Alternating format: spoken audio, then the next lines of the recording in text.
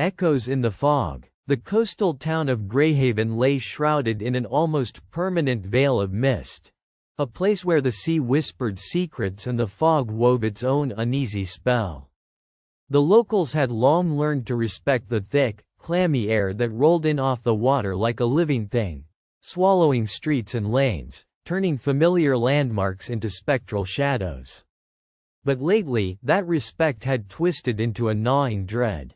In barely 2 months, 6 residents had vanished, each disappearance coinciding with the brittle siren wails that cut through the fog, warning of hazardous conditions, urging people indoors, urging caution. Detective Elise Mercer knew these alerts well.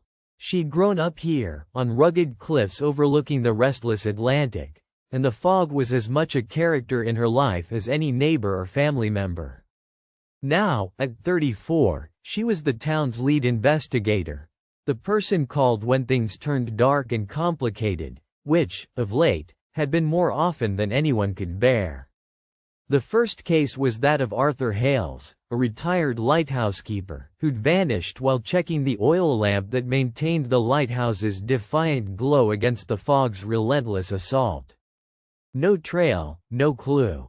Then came Marjorie Banks, a local artist known for sketching the moody coastline, lost during a fog alert walk along the cliffs. Others followed, a fisherman, a teacher, a teenager out on an errand, each gone without trace once the fog descended and the shrill alert was announced.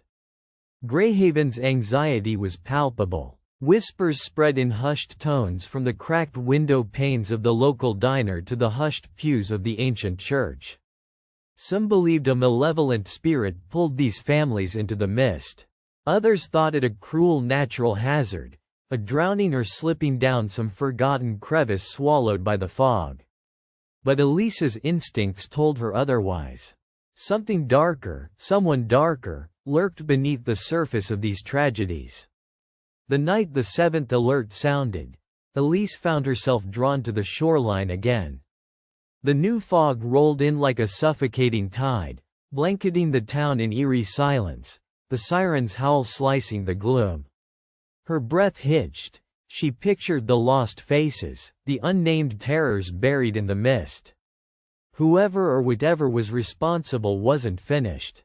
She pulled her coat tighter and made for the cliffs, a jagged edge where land met the cold sea. An unnerving sensation gnawed at her, like something was watching. The path was slippery, slick with dew. Her foot caught on a hidden root, sending her stumbling toward the railing.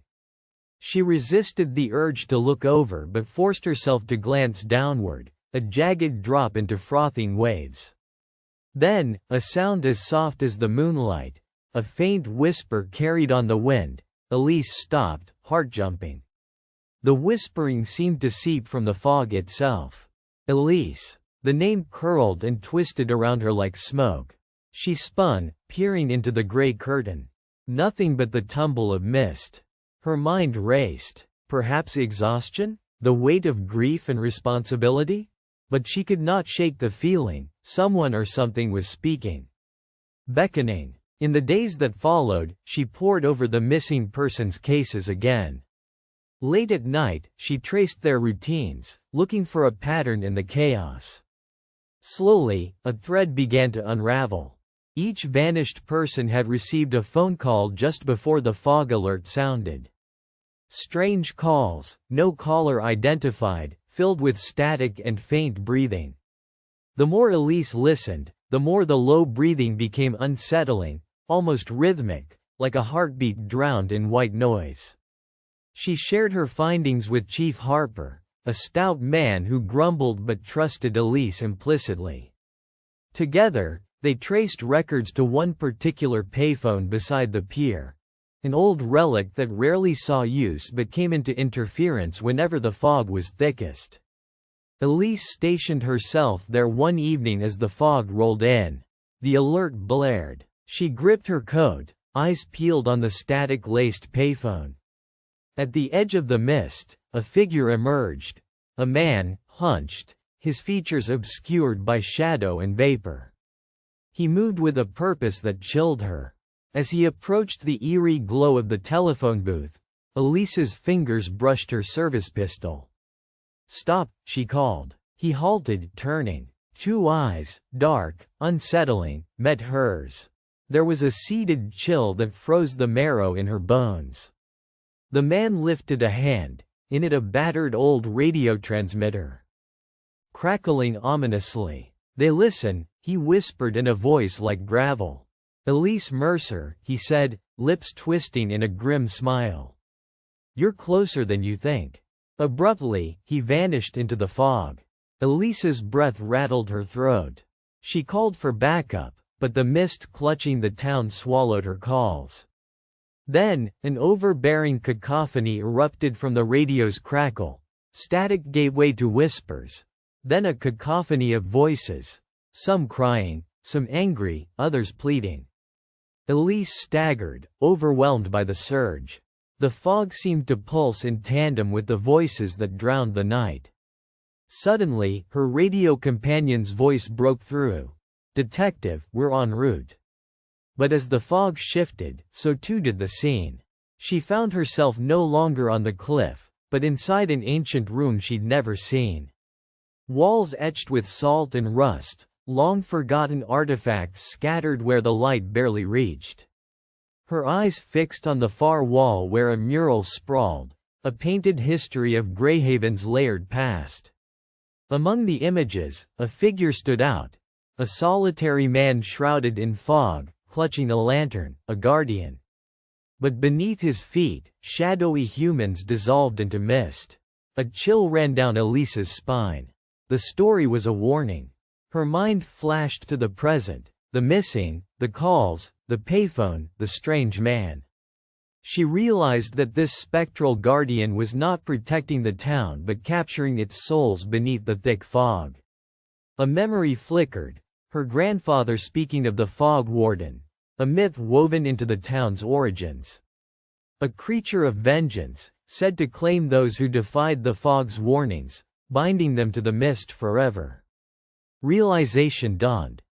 This was no stranger. This was a curse, powered by reverberations in the fog itself. Elise's instincts surged. She scanned the room for an exit.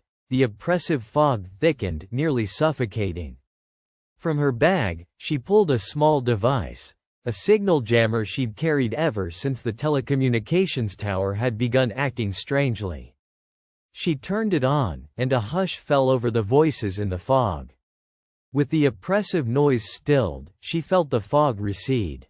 Shadows twisted, then slowly faded. Suddenly, she heard a voice, not from the fog but clear, urgent. "Elise! Elise, are you there?" Chief Harper's face appeared through the receding mist, fading into the cliffs again. Elise blinked and found herself standing on the edge of the cliff, the morning sun piercing the dissipated fog. Behind her, the payphone lay silent, dusted with salt spray. In the days that followed, the disappearances stopped. The town found a fragile peace again. Elise often returned to the shore at dawn, watching the sea. She always remembered the fog warden, a ghostly sentinel born from fear and anger, feeding off the lives lost to the mist. And though the fog still rolled in, thick and mysterious, Greyhaven's people moved with cautious steps, listening for the siren's cry, and hoping the echoes in the fog had finally been silenced. Like and subscribe for more stories.